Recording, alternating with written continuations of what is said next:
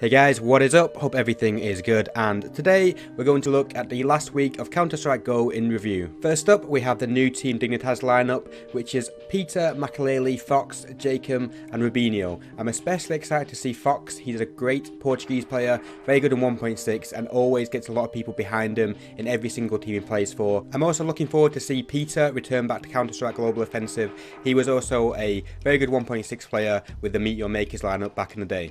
Next up, we have some poor news but ever consistent news of match fixing in semi-professional Counter-Strike. So this is something that has always been around, but definitely at a higher extent in CSGO due to the whole betting scene. I'm not going to go into too much detail on this newest story because you are far better going to the Richard Lewis article direct. I'll put the link in the description below. So this new story came to light when IOSwitch, who is the owner of a small esports organisation called Team Pariah, came forward with some chat logs, basically of someone who contacted him about his team's upcoming game in the Nordic Online Cup. He was contacted by someone called Tropica, who claims that he'd won over 10k already this month by basically betting on thrown matches. So you'd have obviously one team with low odds and one team with high odds who were the underdogs, and the team who was favoured to win would basically throw the match, let people know, and people would bet on the underdog and get very good return for their money. I'll let you read the article for yourself so you can get the full story, but basically you can see from the chat logs that Tropica is just some small-minded guy who only cares about money and will happily place money ahead of morals throughout his life. And all I can say is I've met people like that many times before in my life, and they always get what's coming to them eventually, but you have to rely on the organisations and the people who are in the power to do something about it, to actually act on this information, and hopefully he'll get what's coming to him, and eventually he might grow up and actually regret his actions.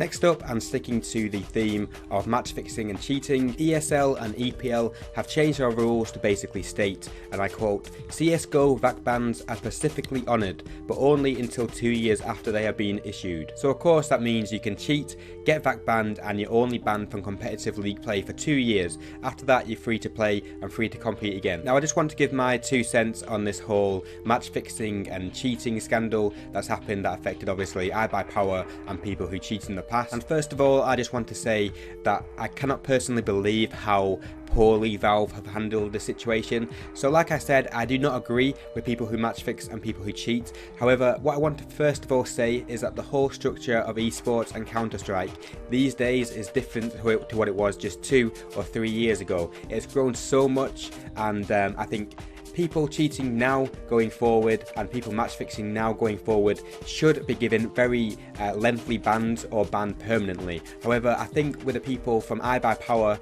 like I said, the whole scene was different back then. It probably felt to them a bit more like, you know, they didn't know if Counter-Strike was going to be huge or Counter-Strike was going to be small. Now I know that's not a justification for saying, oh, it's fine just because you didn't think it was a huge game, go out there and match fix. I'm not saying that at all, but what I am saying is that the whole scene was very immature back then for how big Counter-Strike was going to be, and as well as that you had the fact that no precedent had been set. Valve had never come forward and said, look, if you cheat or you match fix, you are banned from Counter-Strike Global Offensive tournaments for the rest of your life. Now my personal opinion on this is that Valve should have come out straight away when iBuyPower did match fix and said that match fixing and cheating is not tolerated by Valve. But let's not forget, for nearly a decade before this point, Valve basically had nothing to do with Counter-Strike. In 1.6 they very rarely updated it, they didn't really get involved in tournaments, so to go from that stance of barely having any involvement to suddenly, without warning, giving people lifetime bans which will affect their entire career,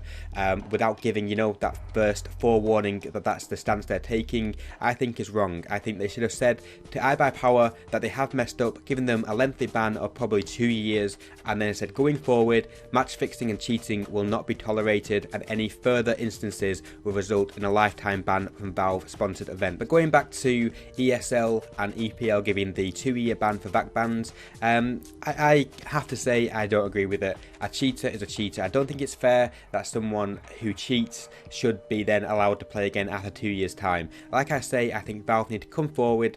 Like I say, honestly, I believe they should revoke iBuyPower's ban and say from this point on, this kind of behaviour, cheating or match fixing, will result in a lifetime ban, no questions asked. because like I'm having on the screen right now, you'll get this massive volley, a massive response on Twitter from professionals, and it's simply because Valve have not set a precedent. Nobody has set a precedent. It needs to be that from this point forward, anyone who match fixes, anyone who cheats has a lifetime ban. There shouldn't be any opportunity for people to think, okay, I will cheat this person out of winning money, or cheat this person out of winning a game of Counter-Strike, and if I get caught, I'll be back in 2 years. There needs to be a precedent. But in more upbeat news, Taz has received his Mercedes-Benz. You can see it on the screen now. He got this from the Virtus Pro owner called Sneg. He was promised back in February in a tweet that if Virtus Pro win DreamHack, he will buy Taz a Mercedes, and as you can see, he's got it. Lovely stuff. Next up, in completely pointless news, it has now been discovered by a Reddit user that if you have a lot of decals on the wall and they are annoying you for whatever reason, you can actually remove these by using the in-game spray menu. So just have the spray menu held down, look at the decals, and they'll magically disappear off the wall. Amazing.